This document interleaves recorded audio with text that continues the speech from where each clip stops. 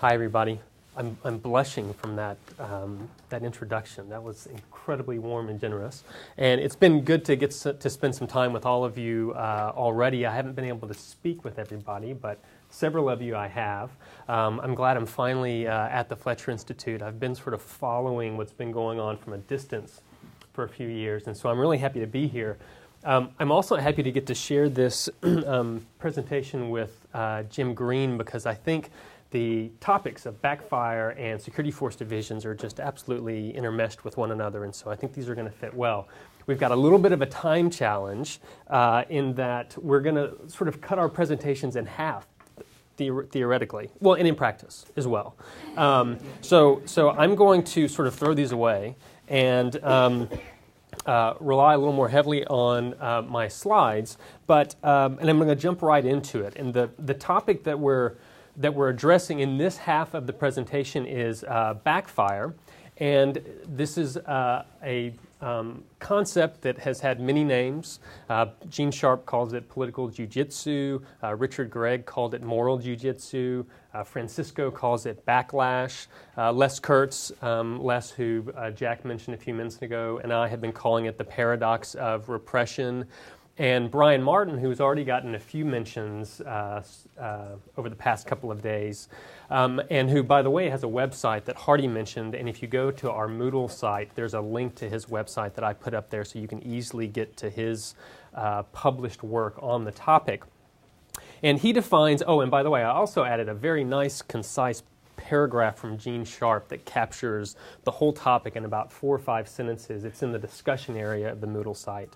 But he defines backfire as a public reaction of outrage to an event that is publicized and perceived as unjust. So in short, we're talking about instances in which regime coercion, repression, especially violence, can both weaken a regime's authority by turning public opinion against it, and paradoxically, in many cases, the more the regime applies force, the more citizens and third parties are likely to become disaffected, sometimes inducing the regime to disintegrate from internal dissent.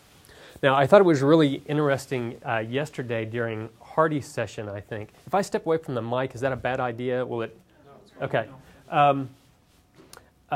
He asked about trigger events, and people started raising their hands and naming trigger events. And I think all 4 or 5 that people mentioned were iconic instances of people who had been killed, murdered, or tortured, essentially, that triggered mobilization. So the room obviously already gets backfire. Some of the pictures I'm about to show can be a little bit graphic, so I wanted to give you just a little bit of warning. Are any of you familiar with Emmett Till? Ever heard of Emmett Till? Yeah, okay. Maybe some of the Americans. During the Civil Rights Movement in 1955, in fact, Emmett Till, a 14-year-old from Chicago, traveled down to the Mississippi Delta to visit some relatives. He had not really fully internalized the protocols of Jim Crow racism in the South, and in a convenience store that catered to local sharecropping farmers, he was dared and spoke to the proprietor's wife who was in the store. And as a consequence of violating that simple, unjust norm, the proprietor's husband and his half-brother kidnapped Emmett Till, pistol whipped him, shot him, gouged out one of his eyes, weighted his body, and threw it in the Tallahatchie River. Now, his mother, grief-stricken of course, also, however, intervened to make sure that the authorities did not bury Emmett Till's body immediately. She insisted that his body be shipped back to Chicago. And when the body arrived in Chicago, she then insisted that an open casket funeral be held so that the world could see what had been done to her son. And this is where the pictures get a little bit disturbing. Thousands and thousands of people went to that funeral to go buy this casket. Jet Magazine and other African-American publications ran this story, and some would say that it had, well, Mary King mentioned when I asked her about this story yesterday, said that at least among the SNCC people that she was working with, it had an impact. maybe a warning impact in many ways of what was ahead for them. But it's at least steeled people. I also talked to Reverend Lawson about it, and I think I asked him, in fact, about the Montgomery bus boycott, which was launched only about 3 or 4 weeks after the funeral. And he very wisely, I think, said, don't think, however, that the Montgomery bus boycott arrived poof because of this funeral, but in fact there was a lot of planning, and as Hardy pointed out earlier, if you look at these events historically, there are these trails of preparation, training, personal life experiences, etc. But many people, Emmett Till remains, many of you had heard of Emmett Till, he remains an icon of the movement, and this is a statue that's in Pueblo, Colorado. It was originally in Denver, of Martin Luther King with Emmett Till sort of capturing this connection between this atrocity and the civil rights movement. And I won't take too much time, but we have seen in recent weeks and in recent months similar situations. Hamza al-Khatib, who was at an event on April 29th, which was in fact protesting the torture of 15 young boys in a town that sparked uprisings in Syria earlier. And when his mutilated body was returned to his family, it sparked a whole new round of local uprisings.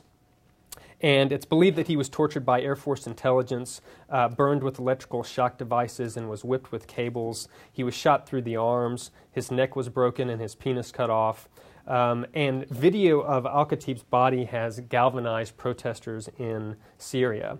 And this is, actually I'm going to skip this for the sake of time, but this is a related poster that went up with regard to the earlier torturing of the 15 boys. Only last week, or within the past 2 weeks, perhaps, the killing of 22-year-old Martin Neskovsky in Macedonia has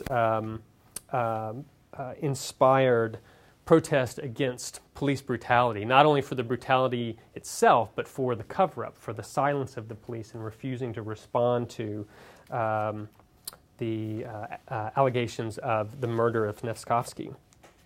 And then, of course, someone mentioned, I think only in the last session, or maybe it was 2 sessions ago, Khalid Said in Egypt. And I know his story was told a little bit yesterday. So at the root of each of these instances is a sense of moral shock or moral outrage and indignation that's based on, the flip side of it is that it's based on norms of fair play and good governance and proportionate response.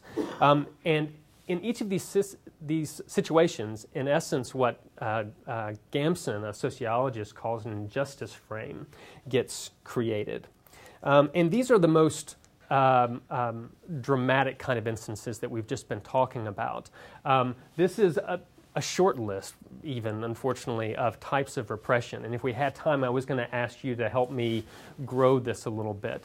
But it ranges from all sorts of different kinds of violence, massacres, executions, disappearances, torture, rape.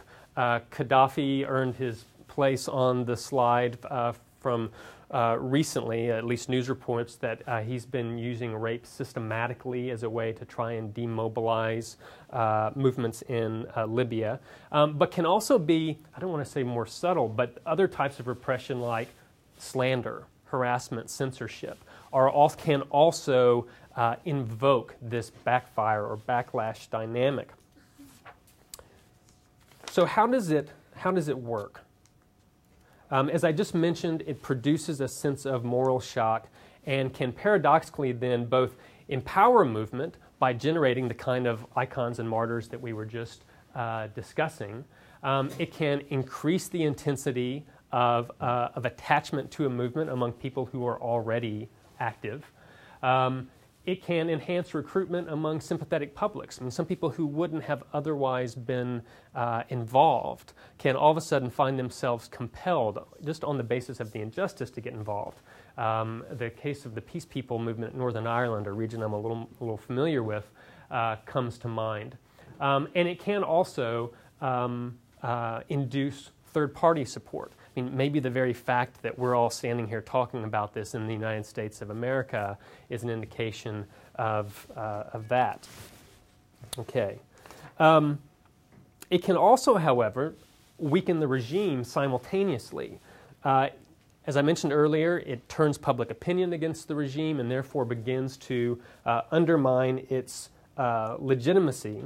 And I'm going to leave the next bullet to Jim because he's going to be talking about the possibility of internal dissent and divisions among elites and security forces, which are often considered monolithic, kind of in the way that Gene Sharp talks about, the monolithic theory of the state. And I think what Jim's going to reveal to us is that it's far more complicated than that. There's all sorts of stratifications and different cultures and hierarchies and networks that run through security forces that can be fissures for backfire to take place essentially from the inside out. And let me throw in one note here. And that is that I think, and this may be more true within the past, say, 10 or 15 years, I'm not entirely sure, but that I think regimes get backfire intuitively. They don't want to jeopardize the veneer of legitimacy that they constantly try to wrap themselves in. Even authoritarian regimes rely on this sort of deadly, noxious mix of appeals to legality and legitimacy, as well as repression and threat. And in fact, I think one of the reasons that backfire often works is because authorities don't constantly resort to violence for all threats.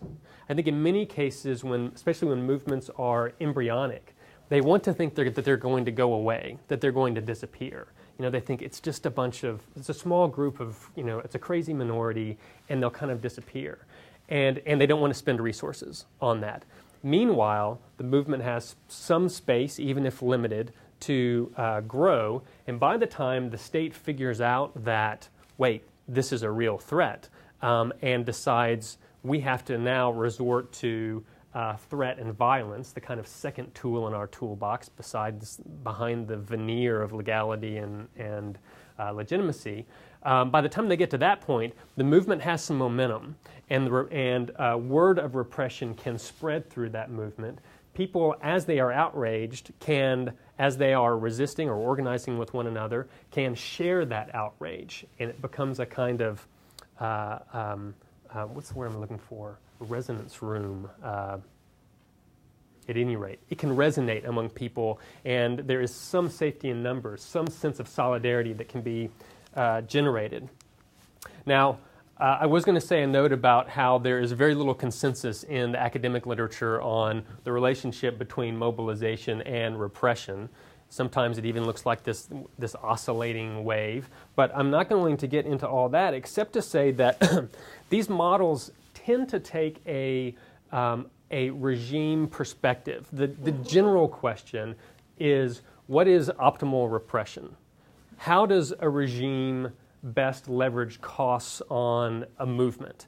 Well, what I'd like us to think about, or I'd like to propose, is kind of the opposite question. How does the movement levy cost on authorities who use repressive countermeasures? How can repression be managed?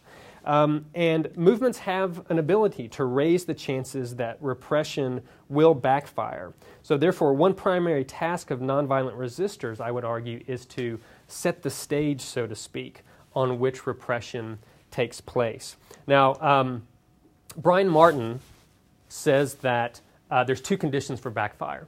One is that an action is perceived as unjust, unfair, excessive, or disproportional. And then two, that information about the action is communicated to relevant audiences. And you've already heard a little bit about framing even this morning. And Martin's very strong on this, that one of the movement's primary tasks is to engage in essentially a framing battle with the state, which often has its own media, as many of the journalists here know. And that you have to get the word out and win that framing battle. Now, Martin also, and I won't go into this, I'll refer you to his publications, but he's also very strong on saying, here's how the regime will try to do that, or the corporation will try to do that. And they will use these different strategies, which may be familiar to some of you. And again, the PowerPoint will be available to you, I think, on the Moodle website a little bit later on. I'm sorry to be moving so quickly since we're short on time. But I want to get in the last 5 minutes to kind of the heart of the matter, which is I want to identify 3 ways in which choreography, to use a kind of dramaturgical term, and strategic tactical choices can contribute to repression management. And this is not an exhaustive list, and these things do overlap to a certain extent. But one of them is to dramatize injustice. 2, to raise the cultural stakes of repression. And 3, to encourage ethical dilemmas. And I'll try to go through each of these very, very quickly. One is to dramatize injustice. This is a picture of the lunch counter sit-ins, in fact, which you saw in the movie a couple of nights ago, the documentary. And if you effectively dramatize injustice, repression against that kind of action only makes the frame resonate even more strongly. When Martin Luther King, and you actually, I made this slide before you saw the documentary, but you heard this interview in the documentary where King was on Meet the Press and responded to a question about the lunch counter sit-ins and said, "Sometimes it's necessary to dramatize an issue because many people are not aware of what is happening. And I think the sit-ins serve to dramatize the indignities and the injustices which Negro people are facing all over the nation."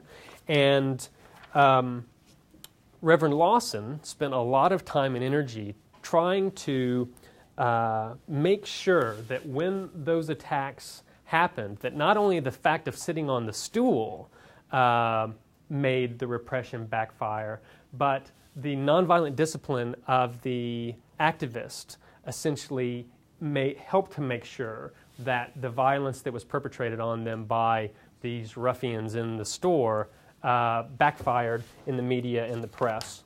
2 is raising the cultural stakes.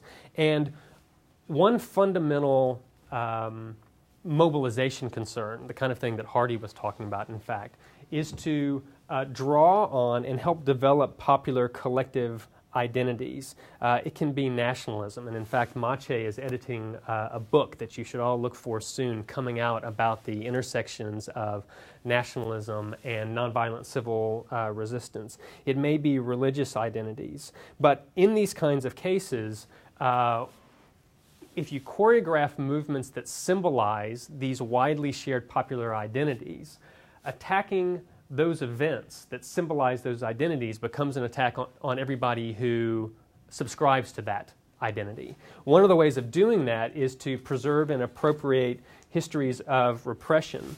And I'll quickly read you just a few sentences that I wrote here about activists in Hungary who made significant use of historical procession and funerals during resistance to Soviet rule in the late 1980s.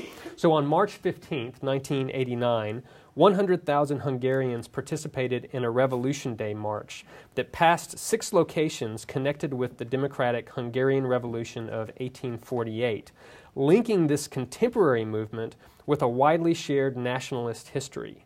3 months later, another powerfully symbolic event was held to commemorate the death of Imre Nagy, a Hungarian communist prime minister who had supported another revolution in 1956 against the Stalinist People's Republic of Hungary.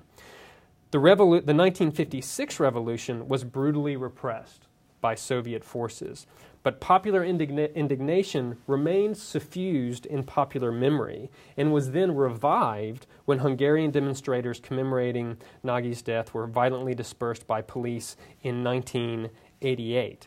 And I think there's an important point here to recognize that the paradox of repression is not limited to just to discrete events, but can accumulate over time. And in fact, that's another point that Reverend Lawson made when I asked him about Emmett Till, was he said, Emmett Till's story has gotten a lot of attention in history, but there were many, many other stories of violence against African Americans that were showing up in the African American press at the same time.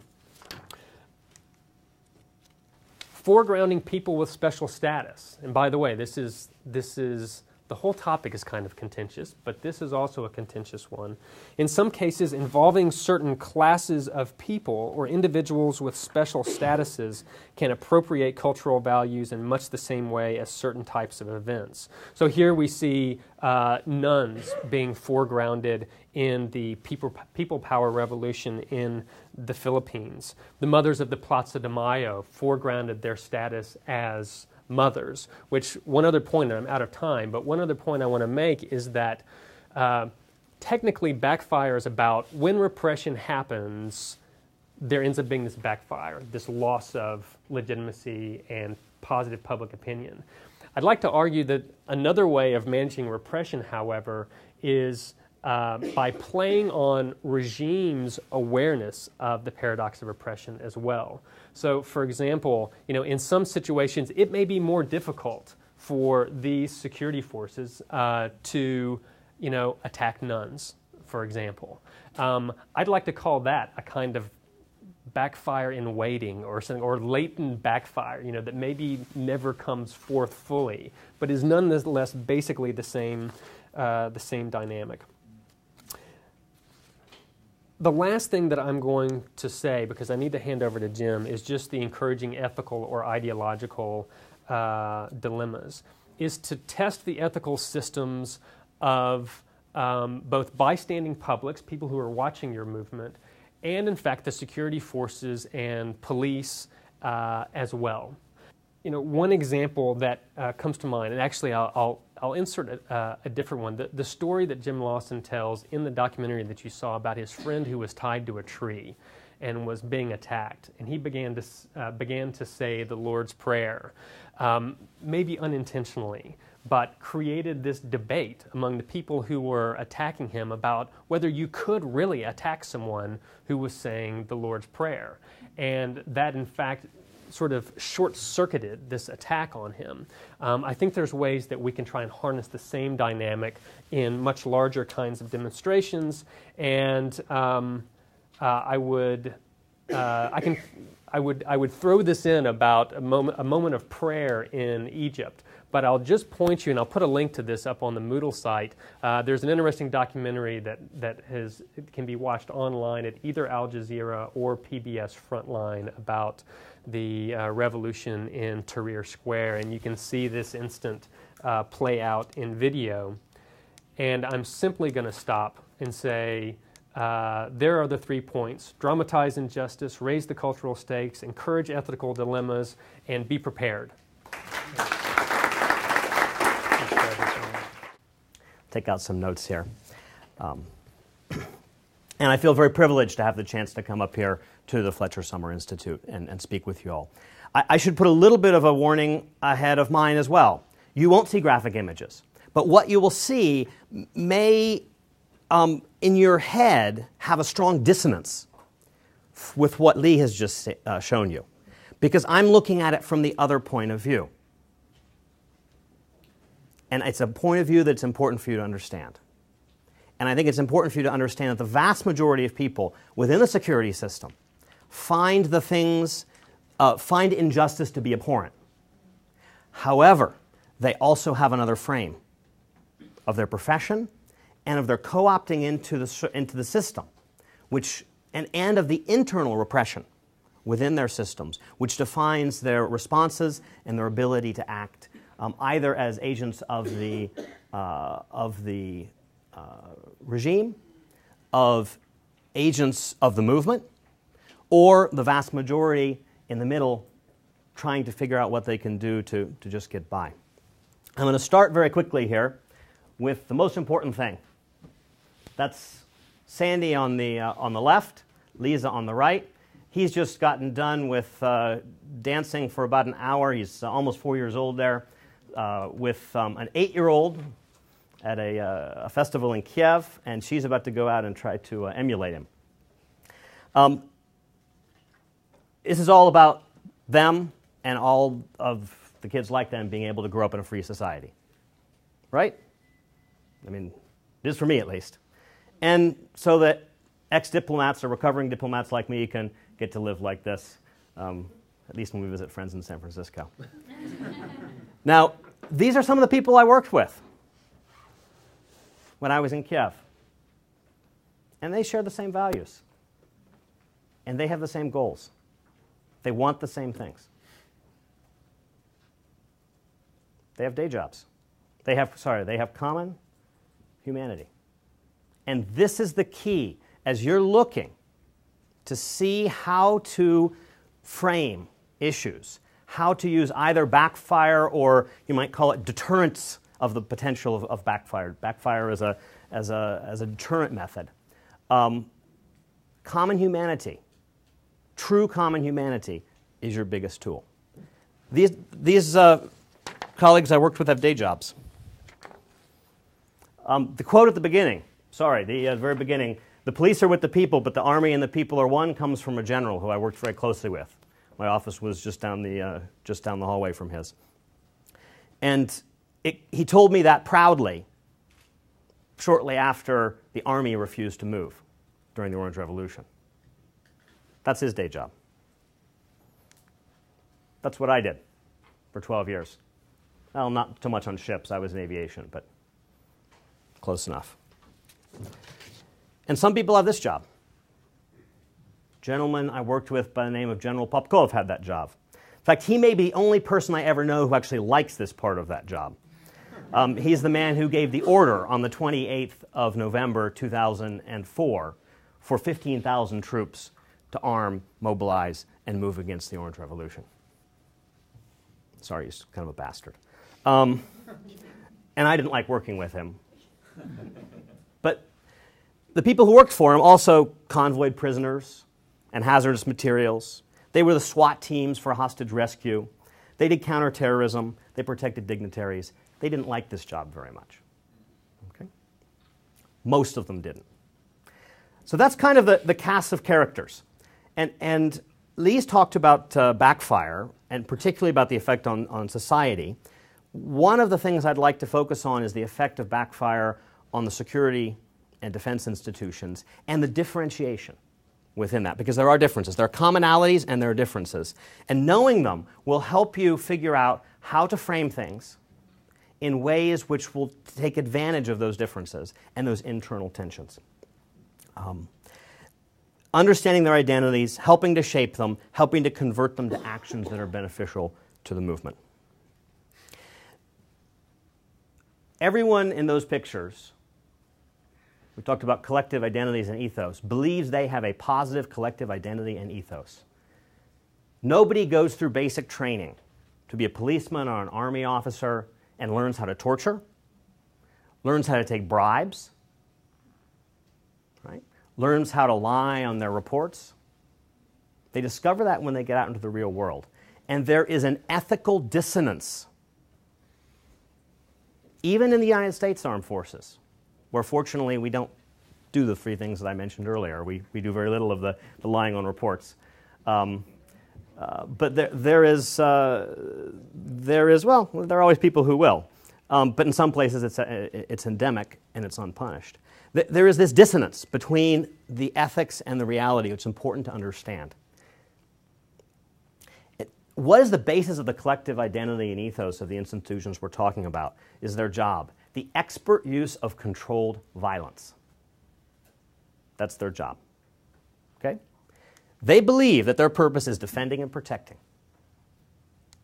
And to use violence in ways that are, basically to use an evil in ways that promote a good that they see themselves as forced to do by the reality of the world, they develop internal norms. Loyalty and respect for hierarchy. You don't just go out and use violence because you want to. You do it because it's part of a system, and you're told what to do. Internal codes of conduct. And restraint, which is the difference between a professional and a criminal. A professional uses violence because it's within a framework that's set, which he believes is going to is necessary in order to achieve a good, and which is directed through that system. Now, there are criminals within all institutions, and there are institutions. There are regimes which find ways of building pieces of their institutions which are what we would call criminal.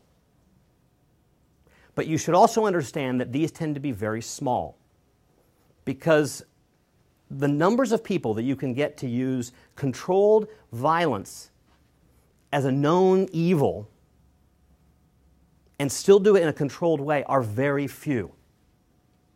And this is to your great advantage.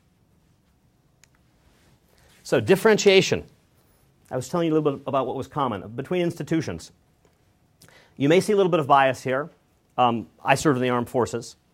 People who serve in other institutions might give you a different bias. I would say that that doesn't negate what I'm going to say, but it to some extent confirms it. The differentiation is largely based on the nature of the work. Armed forces, police forces, security institutions have different tasks. Armed forces' principal task: win in combat. They're going against large, organized units like themselves, which are attempting to destroy them. So institutional cohesiveness is one of the top values, the top goals. Continue to function. And I think if you look at what was happening, for example, in Tahrir Square, the question of institutional cohesiveness was key for the Army's decision to not intervene against the protesters. Keeping your unit intact is key. The second one is loyalty, obedience, exactness. Being able to take an order, to do it perfectly, exactly, and achieve the result. Because if you don't, people will die. There's a much smaller margin of error in military operations than in police or intelligence work. Second, police, deter and arrest criminals. This already is an action focused against certain members of the population. So police divide people into good and bad. It's part of the way they think. And their job is getting rid of the bad people. And that can be manipulated by regimes very effectively. So what do they do in practice? They project their presence onto the population. The population needs to feel that they're there, to feel the deterrent effect of the police. And then they enforce and control. They go in and take the bad guys and throw them in jail, as my almost 6-year-old now would say. Internal security. They eliminate systemic threats without leaving fingerprints, or at least with the minimum of fingerprints. Covertly monitor and penetrate society. They use secrecy, manipulation, and psychological coercion. Now, in some regimes, they will take this element and they will make it more visible in order to have a deterrent effect. Right? In doing that, they're actually undermining their own professional method of work. Okay. A slide I don't have, and I'm sorry, deals with the question of co-opting. These institutions exist in all societies. They exist in Germany. They exist in Estonia. Okay, Costa Rica doesn't have armed forces, but it has internal security and police. So the question for an authoritarian regime is, how do you co-opt these institutions that use violence in support of the regime? How do you take what you train people to do in terms of good for society and warp it so that it's good for the regime? The two principal things two key issues, I think. One is you co-opt them into regime brutality. You see this within a lot of conscript systems, where older conscripts will beat up on younger conscripts systemically, year after year after year, therefore being brutalized and brutalizing themselves, being bought into a system of violence. Okay? The second is corruption. Very few people, only the real sickos, actually will go out and beat their own people for their paycheck. Most people have to be bought off at some level or another. And this is another difference between the three institutions. The armed forces, you tend to see corruption at high levels. The generals are being bought off. Maybe some of your supply people can steal a little bit here or there. Maybe the commander has an extra 50 people in his unit that get paid, right? But tends to be a fairly high-level phenomenon. In police and internal to the sort of military system, with the police, very often they are pushed to use corruption against the public. I say pushed because, for example, in Kiev, if a traffic policeman sits at a certain stoplight, which is known as a lucrative one, he has to pay his boss more than his daily wage to stay there. And given the choice between corruption, based on coercion of his power, his badge, and starvation, he will choose corruption. He will choose to do that evil, but he's pushed into it. And this is another way, the use of corruption, that police are brought in, and police are key in this. The third group, internal security, is a player within the political and the economic competition. Okay? I'm going to go very quickly. Differentiation on hierarchy, it's kind of obvious. Conscripts survive. Professional soldiers serve, retire, live their life out. Officers lead, command. Senior officers manage, integrate, command. I mean, different levels, different ideas. And these levels, by the way, also don't like each other all the time. When junior officers get promoted to lieutenant commander in the U.S. Navy, they say there's a hinge installed right here so that you can only do this, right? This is also very typical. And you'll see something that you need to understand, and we'll talk about this a little later, but I may have to scoop through it because of time. If you're looking at the question of agency, how these people can help you or not help you, you have to be very careful. If a conscript whose basic goal is to survive takes action, that action is most likely going to be refusing to do something. The result is most likely going to be that conscript's death. If that is sort of the moment at which if you're trying to encourage a conscript to do something, not firing basically means the system of repression will act on him. Okay? It's much easier for a conscript to defect, to desert, than it is to disobey an order.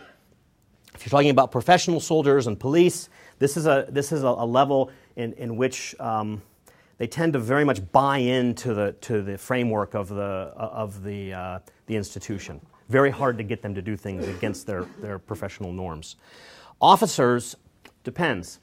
In a lot of systems, the officers have the ability to take initiative. It happens at different levels. In the U.S. it's lower, in other systems it's higher. But at the level at which an officer has the ability to take initiative is when that officer starts to become potentially a useful member of the movement. Okay. And commanders are a key level. Because in the end, anyone who's looked at Latin American politics knows it's all about calling and seeing how many commanders you can get on your side. Right? Commanders are key. I'm going to skip this, rock, paper, scissors. It's in some of the notes I've talked about, but basically there was a day on the 28th of November in which the interior forces were mobilized in the Orange Revolution, and the combined effects of their own internal dissent and the pressure from the outside, from military intelligence, from the security service, threats that the security service and special units might even, snipers might even fire on the interior forces, made them go back.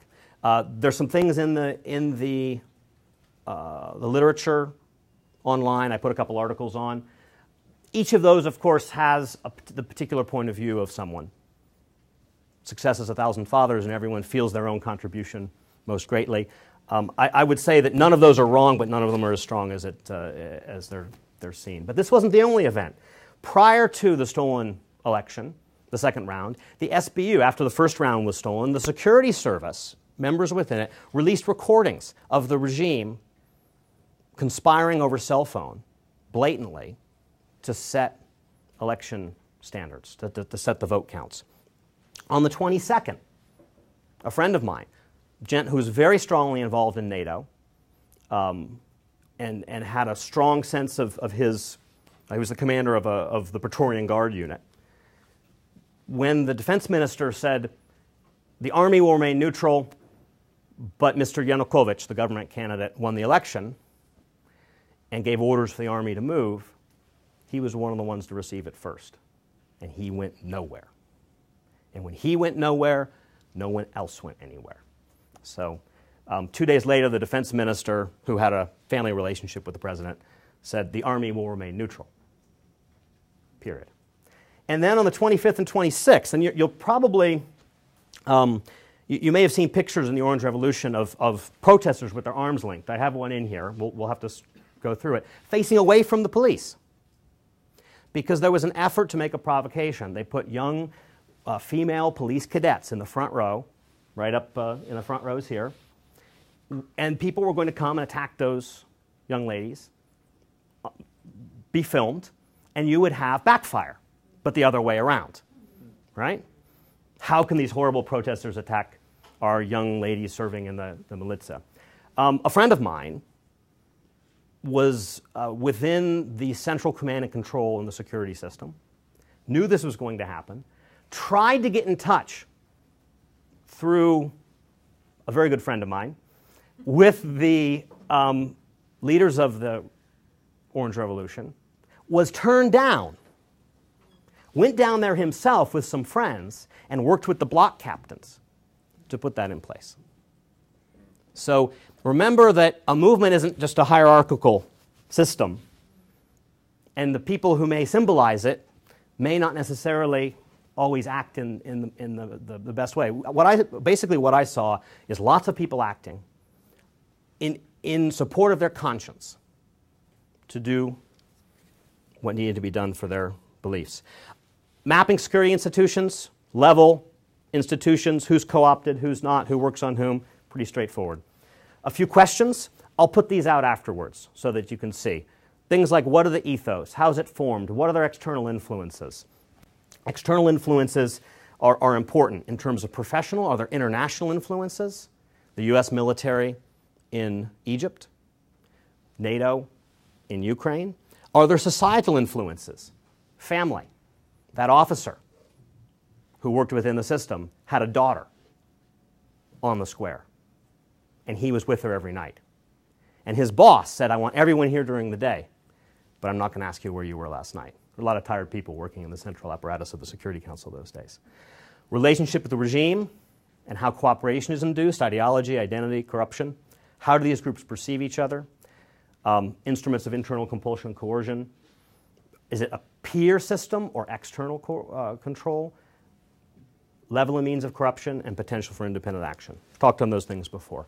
Very briefly, shaping identities, right? This is the kind of thing you see very, very frequently. I'm going to go into a little more details. Perceptions of the movement. Not as an enemy, but what they're sworn to protect. Nonviolent discipline, absolutely vital. If you present someone in the security system with violence, it is an instinctive reaction. They know how to handle that, and they will. Similar identities, social, regional, professional, religious. What made the strong argument for, in both the case of the young man saying the Lord's Prayer and the nuns, is the religious connection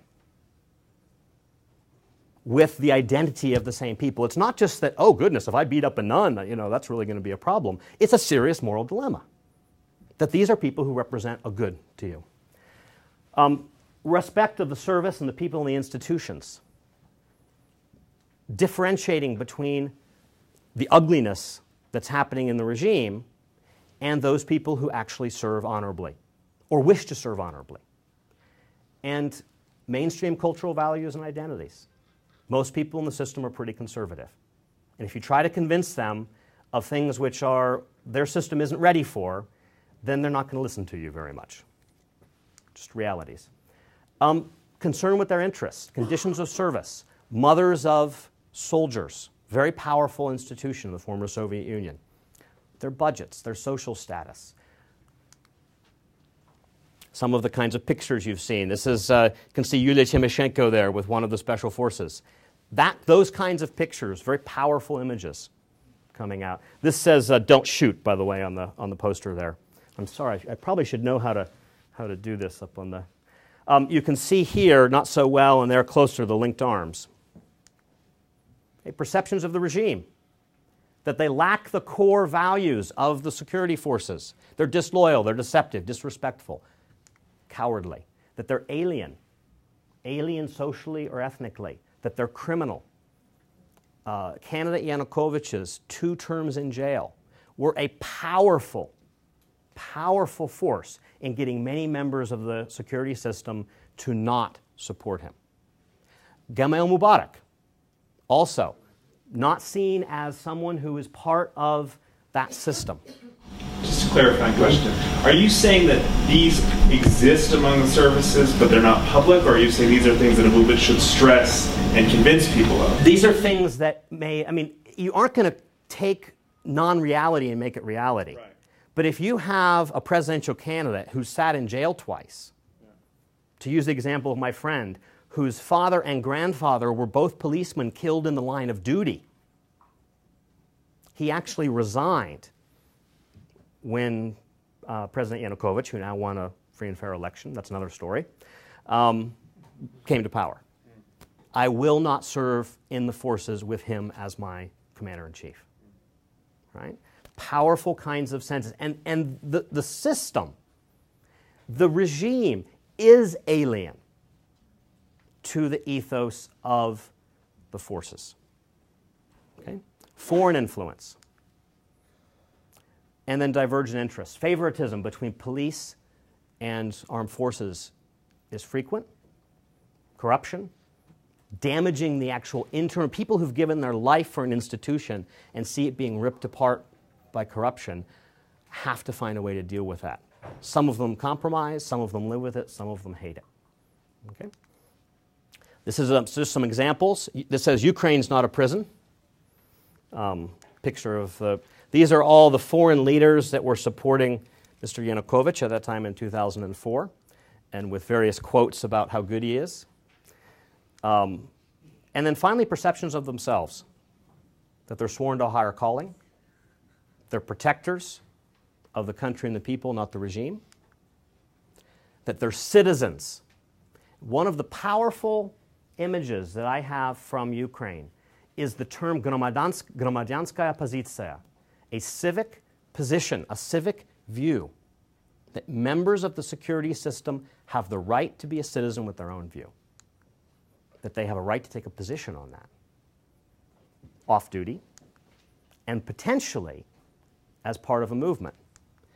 Their civic position may call them to reclaim their professional space for the values which they truly believe in. Symbols are a powerful way of doing that.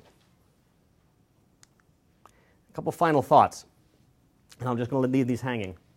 One, you're basically pushing the armed forces not to defect, but to be independent agents. That's the reality. I would get rid of the word defection, because it's anathema in a system that's loyalty-based. You're encouraging them to be independent agents of their own moral code. You will not control it. Understand that. And you'll have to deal with it after the revolution, hopefully in cooperative ways. And finally, success has 1,000 fathers. Try to push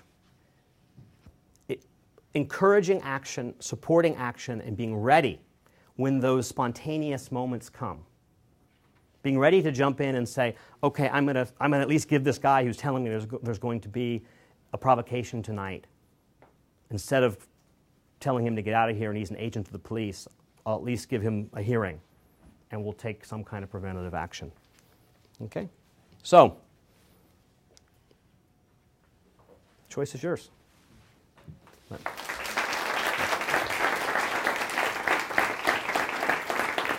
My question is to James. I totally agree with you with what you said. But then today, in the post-war situation in Sri Lanka where I work, the very presence of the military in the freed, so-called free areas is completely annoying. And the military has set up its own high security zones, not allowing people to go back to their lands. Right. At this point, even though the military wants to come and help reconstruct their houses, people simply reject them because the high command of the military has not changed. They continue to operate very repressively and very oppressively. Now, are there examples where this has been reversed? This is a challenge. What you're talking about really is transition time. And it's one of the issues that I'm dealing with right now with some people in Egypt. Because those systems still stand. Militaries make decisions in closed ways. That's the way they do business. And so they are unnatural as sort of civilian, as leading a civilian system. They only really fit in when the civilian system doesn't work at all.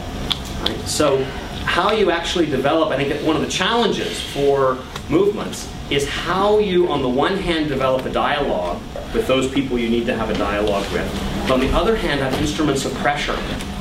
Let's just, let's say, as polite as possible pressure, but still real.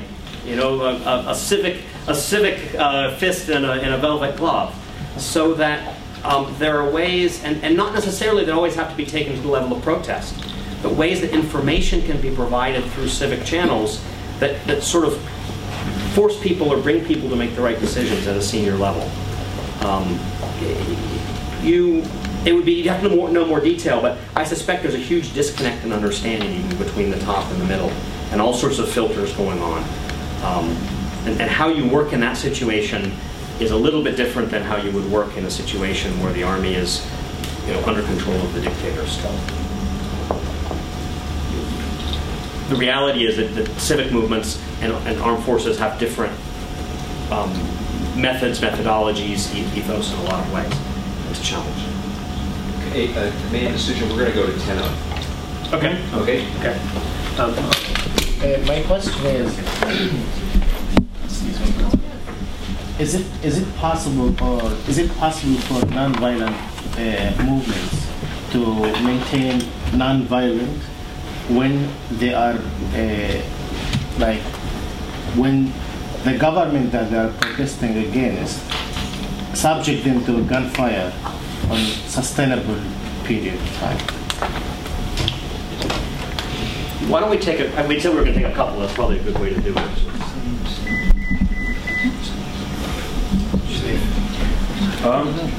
One of the goals and one of the chants that, I'm sorry. Go ahead, please. Of the revolution in Egypt is civilian supremacy. In fact, it's one of the chants that I recently coined at a protest is Constitution, freedom, civilian supremacy. It rhymes in Arabic, it doesn't work. Right. Anyway, but in many ways the revolution is a revolution against the military coup in '52. And your presentation started out with almost a bias towards, well, you said it, but also like almost a belief that that's not totally possible, or that the army and the people are one hand, but the police are not. How do we achieve? First of all, is that something that you think is possible, and if so, how? If in the context of not just Egypt, but then what we're seeing throughout the Arab Spring. Sorry, your name tag is blocked there. I can't even go over. I want to find out in a situation like in Nigeria's Niger Delta, where you have the militants on the one hand, and you have the military presence that have actually been drafted to the region and been there for some time, and you also have the civil society trying to present a non-violent option. Sometimes you're caught in a web because you don't really know the perception or where the military personnel are lining. And they also are confused because they cannot really discern between the militants and the non-violent actors. And the citizens themselves are repressed because they can't really take action even when there are glaring signs of of oppression. In such situation,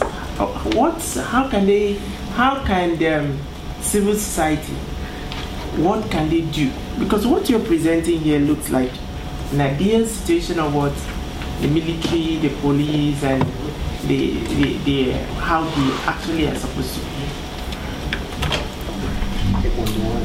Yeah, can we do like sort of 3 from one side and 3 over here and make sure that we sort of go back and forth?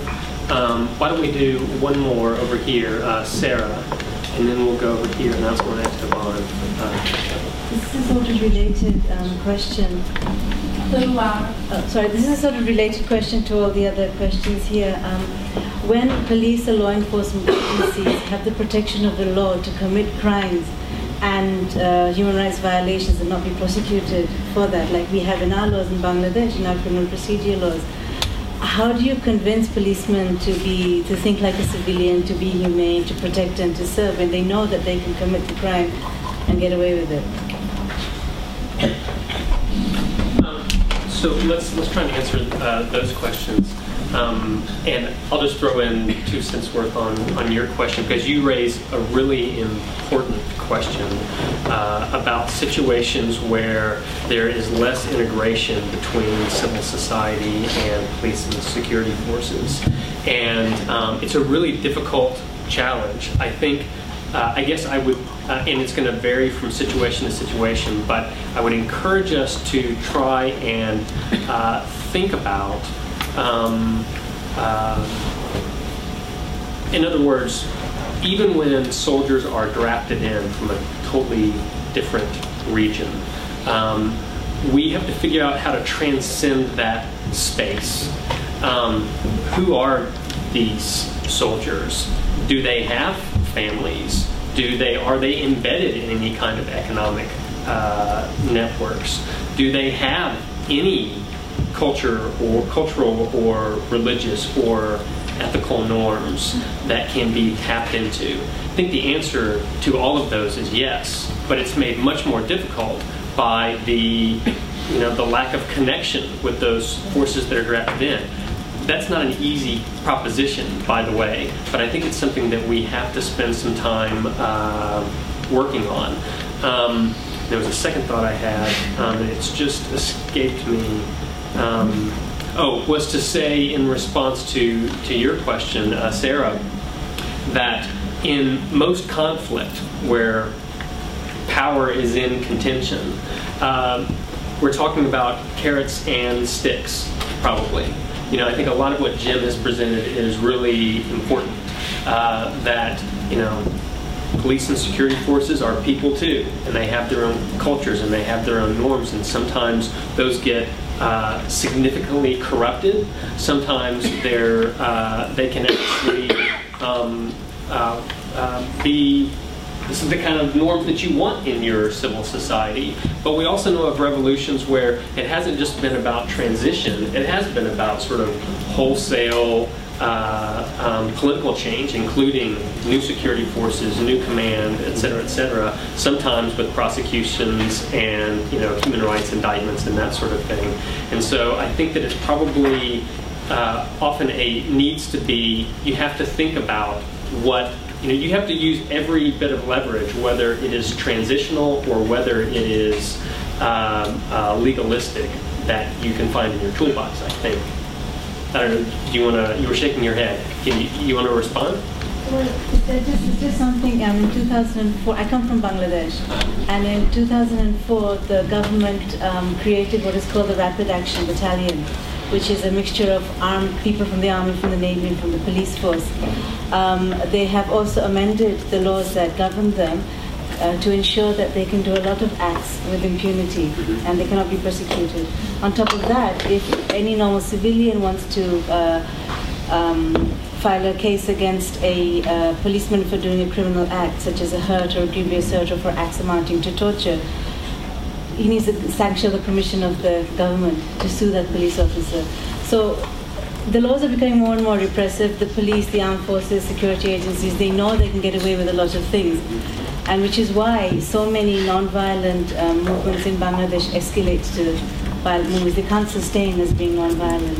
And absolutely, in many cases, it is absolutely appropriate for prosecutions, etc., to follow, and particularly in certain segments of the security forces as well. And I think I thought one of the strengths of your presentation was that there are different levels and stratification of security forces. Can we get? Let me make. Oh, yeah, sorry. Go ahead.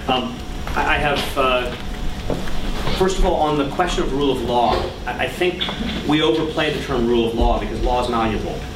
Rule of justice might be more appropriate. And rather than, I mean, obviously you should try to influence the judicial system and the legal system to give you redress. But in the absence of that, I wouldn't put all my effort on that. The other thing to do is to try to really find a way to heighten the ethical dilemmas that Lee talked about. And it will be helpful to figure out what it is that those units and the people in them themselves believe that they're doing. I would think, as I had a picture in my mind, my time in Peru, when friends of mine whose fathers were working in the Marines, in the emergency zones, were having, and then the Marines all started wearing masks. That was the only growth industry in Peru at that time. They had pictures taken of them. And then the guerrillas would hunt down their families back in Lima and assassinate them. Now, what if you could take this one step further? What if instead of hunting down the families to kill them, you could hunt them down to shame them? To try to move information and avoid the ability of the regime to say, okay, we can take people from here and we can move them here, and what happens there really will never get back. They'll have a code of silence because they will have done it together. They'll be ashamed of it, or at least they won't spread it. It'll be this bond of sorts. I think thinking about how you can make alliances with those areas where people may be from is an important way to try to leverage. Also, when you're talking about military, remember that military have communications, they have logistics, they have training, they have education.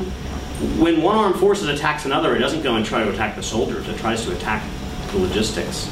So if you can get people, if you can get the conscripts at the logistics depot to defect, because the guns they're providing are killing people, right? You've probably done more than other possibilities.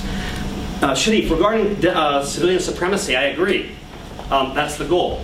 The question is, when do you want to declare your goals, and how many do you want to take on at once?